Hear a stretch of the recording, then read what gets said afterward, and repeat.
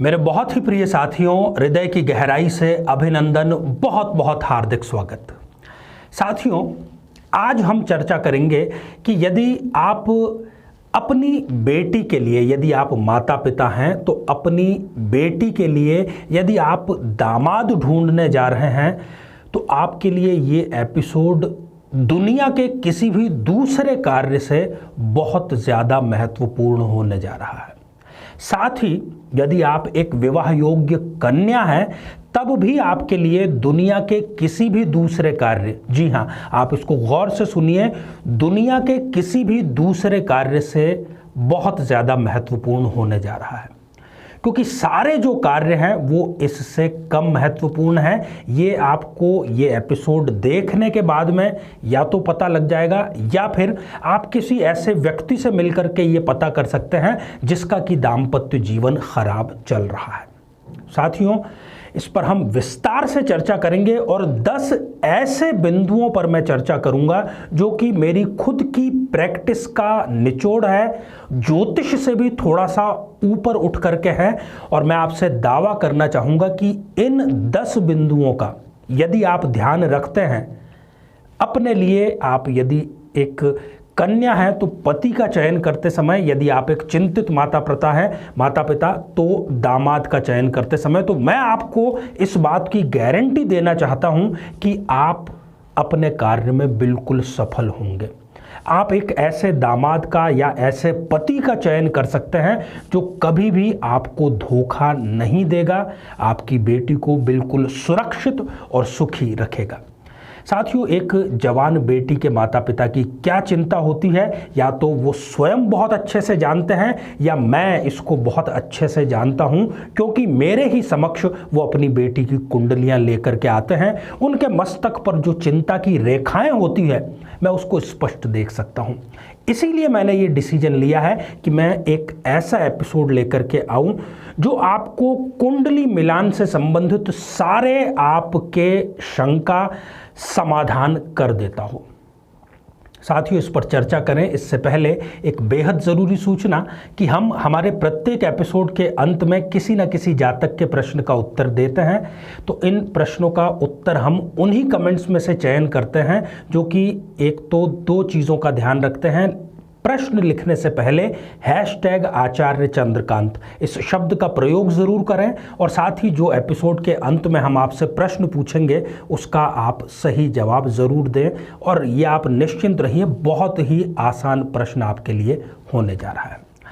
साथियों, जो लोग भविष्य या ज्योतिष या भाग्य में बिलीव नहीं भी करते हैं वो भी अपने जीवन का हर डिसीजन लेने से पहले भाग्य की और भविष्य की खोज जरूर करते हैं। जिसको ज्योतिष से यदि नफरत भी है वो भी ऐसे किसी व्यक्ति के हाथ में अपनी बेटी का हाथ नहीं थमा सकता जो उसकी नज़र में हो सकता है कि बर्बाद होने वाला हो। इसलिए भविष्य की चिंता हमेशा व्यक्ति को रही है और रहेगी। मान लीजिए कि एक साधारण सा कोई क्लर्क है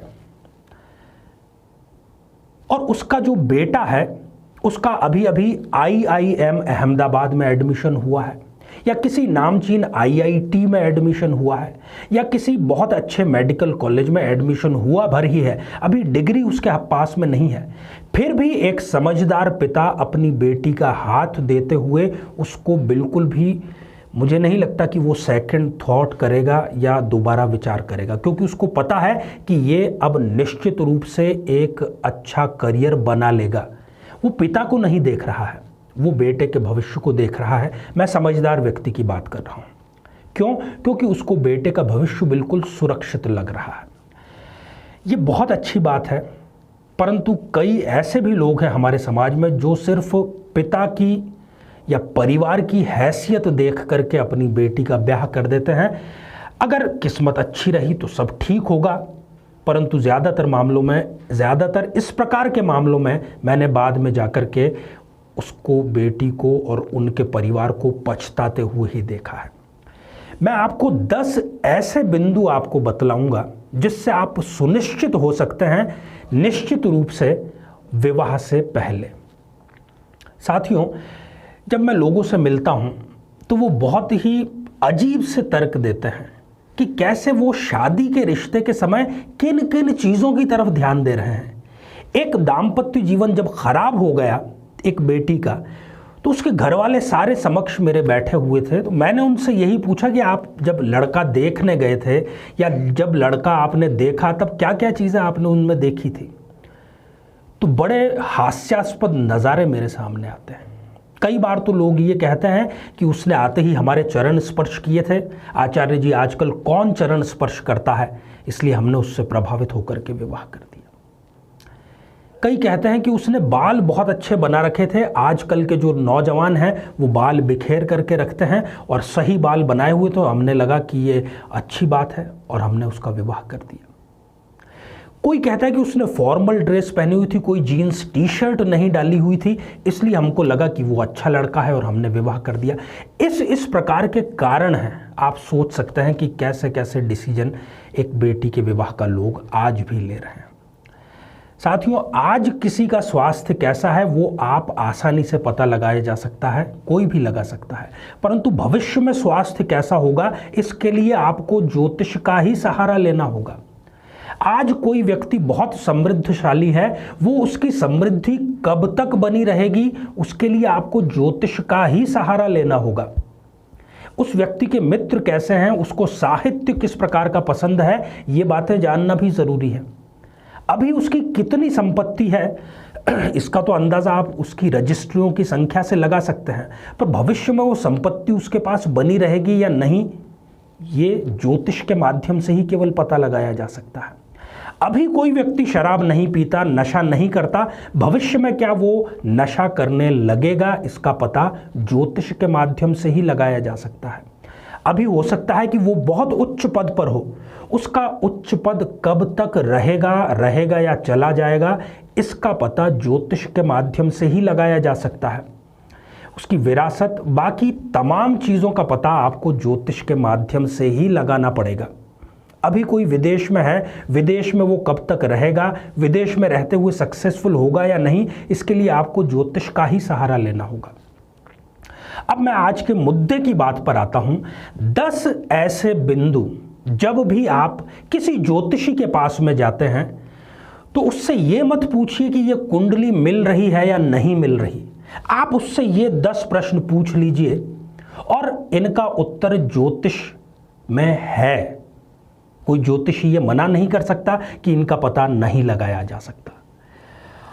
और यदि इन 10 प्रश्नों के उत्तर आप ज्योतिष के माध्यम से जान सकते हैं, किसी विख्यात जिसको बहुत अच्छा अनुभव हो खासतौर पर कुंडली मिलान और दाम्पत्य जीवन का, तो निश्चित जानिए आप अपनी बेटी का जो हाथ है वो उस व्यक्ति के हाथ में देकर के कभी नहीं पछताएंगे। इस बात का वादा मैं आपसे करता हूं और दिल से मैं आपको ये वादा करता हूं। सबसे पहला प्रश्न आपको ये पूछना है कि क्या ये व्यक्ति भविष्य में कभी नशा करेगा। सबसे पहली बात, आज करता है या नहीं करता है उसको मत पूछिए, भविष्य में कभी करेगा या नहीं।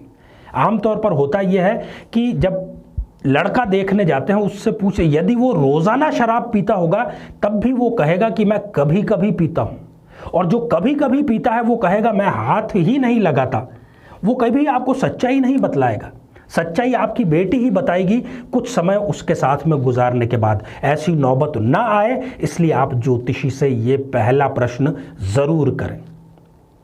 दूसरा प्रश्न आपको ये करना है कि ये जो लड़का है ये क्या अपने पीछे विरासत छोड़ करके जाएगा या नहीं जाएगा। अगर छोड़ करके जाएगा तो निश्चित सी बात है कि वो अर्जित करेगा, मेहनत करेगा तभी वो अर्जित करेगा तभी वो छोड़ करके जाएगा। दूसरा बिंदु। तीसरा प्रश्न आपको ये पूछना है कि इस व्यक्ति का बुढ़ापा, इसकी वृद्धा अवस्था कैसी रहेगी। वृद्धा अवस्था कैसी होती है ये अपने आप में पूरे जीवन का निचोड़ प्रस्तुत कर देती है। यदि वृद्धावस्था स्वस्थ पूर्वक, वृद्धावस्था समृद्धि के साथ में, शांति के साथ में व्यतीत हो रही है तो निश्चित रूप से उस व्यक्ति का पूरा जीवन बहुत अच्छे से घटित हुआ है। वृद्धावस्था के बारे में जरूर आप निश्चिंत होइए। चौथा प्रश्न आपको यह पूछना है कि इस व्यक्ति का चरित्र कैसा रहेगा। कैसा है ये नहीं, कैसा रहेगा ताउम्र जब तक वो जीवित है। ऐसा तो नहीं कि अभी वो मर्यादा पुरुषोत्तम है और बाद में जाके वो रावण का रूप धारण कर ले। इसको ज्योतिष के माध्यम से जाना जा सकता है। 5वां प्रश्न आपको ये पूछना है कि इस व्यक्ति का सम्मान कैसा रहेगा। साथियों, जिस व्यक्ति को स्वयं के सम्मान की चिंता होती है वो कभी भी अपनी पत्नी का, अपने प्रियजनों का अपमान नहीं करता। इसलिए आप इस बिंदु पर भी जरूर निश्चिंत होकर के ही आगे बढ़ें। 6ठा प्रश्न आपको यह पूछना है कि इसका विवेक, इसकी सहनशीलता, विवेक की बात कर रहा हूं मैं, बुद्धि की बात नहीं कर रहा, ना दिमाग की ना इंटेलिजेंस की, विवेक, सुख और दुख में ये कैसे सामना करेगा। साथियों, शरीर है, जीवन है, तो दुख तो आता ही रहेगा। आजकल कोरोना चल रहा है, ना तो इसकी कोई वैक्सीन आई है ना दवाई आई है। सारे डॉक्टर, सारे एक्सपर्ट यही कह रहे हैं कि रोग प्रतिरोधक क्षमता बढ़ाने से ही ये इसका इलाज किया जा सकता है। तो विवेक यही है। दुख से ये व्यक्ति कैसे सामना करेगा, कितनी सादगी के साथ में ये सामना करेगा। अगर अच्छे से करेगा तो बहुत अच्छी बात है। 7वां प्रश्न आप उनसे ये पूछिए कि इसके मित्र कैसे रहेंगे। साथियों, मित्र एक ऐसी चीज है जो व्यक्ति स्वयं बनाता है और एक गलत मित्र, एक गलत संगत पूरी जिंदगी, चाहे वो प्रोफेशनल लाइफ हो, पर्सनल लाइफ हो, बर्बाद करके रख देती है। अच्छे मित्र बने रहेंगे तो जीवन भी अच्छा चलेगा। 8वां आप उनसे प्रश्न ये पूछिए कि क्या ये व्यक्ति जिसकी कुंडली आपके समक्ष है, इसमें एक आदर्श पति के लक्षण आपको नजर आ रहे हैं। हो सकता है वो आदर्श बेटा हो, बहुत अच्छी बात है, हर बेटे को आदर्श बेटा होना चाहिए, पर ये आदर्श पति है या नहीं, तभी वो आपके कार्य का है। और इसको ज्योतिष के माध्यम से ही जाना जा सकता है। बेटी के लिए पति चाहिए, ना कि बेटा। साथियों, अगला 9वां प्रश्न आपको ये पूछना है कि क्या ये व्यक्ति भरोसे के काबिल है, भरोसेमंद है। साथियों, जो स्वयं भरोसेमंद होता है वो किसी को कभी धोखा नहीं देता, और भरोसेमंद व्यक्ति जो है वो चाहे देर से ही सही सफलता जरूर अर्जित करता है। और अंतिम प्रश्न आप उनसे ये पूछिए कि क्या इस व्यक्ति को मुफ्त का सामान लेने की, मुफ्त का उपभोग करने की आदत है।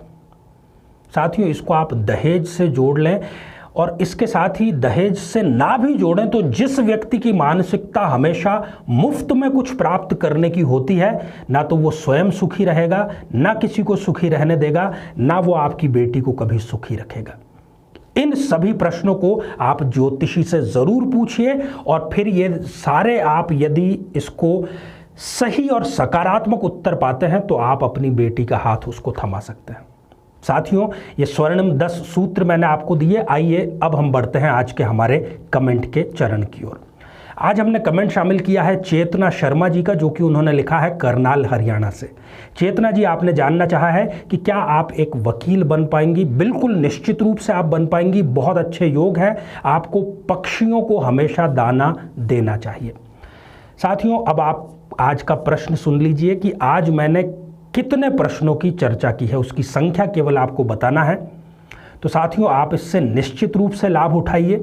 आप सभी स्वस्थ, समृद्ध और शांतिपूर्वक जीवन व्यतीत करें। नमस्कार। जीवन में किसी समस्या का सामना कर रहे हैं, जैसे कि शादी में देरी होना, पति पत्नी में मनमुटाव या तलाक तक की नौबत आ जाना, संतान का प्राप्त न हो पाना, नौकरी या धन प्राप्ति में बाधा आना, जीवन के प्रत्येक क्षेत्र में किसी न किसी प्रकार की बाधा आना, तो आज ही अपनी जन्म पत्रिका का संपूर्ण विश्लेषण करवाएं और पाएं समस्या से सदैव के लिए मुक्ति।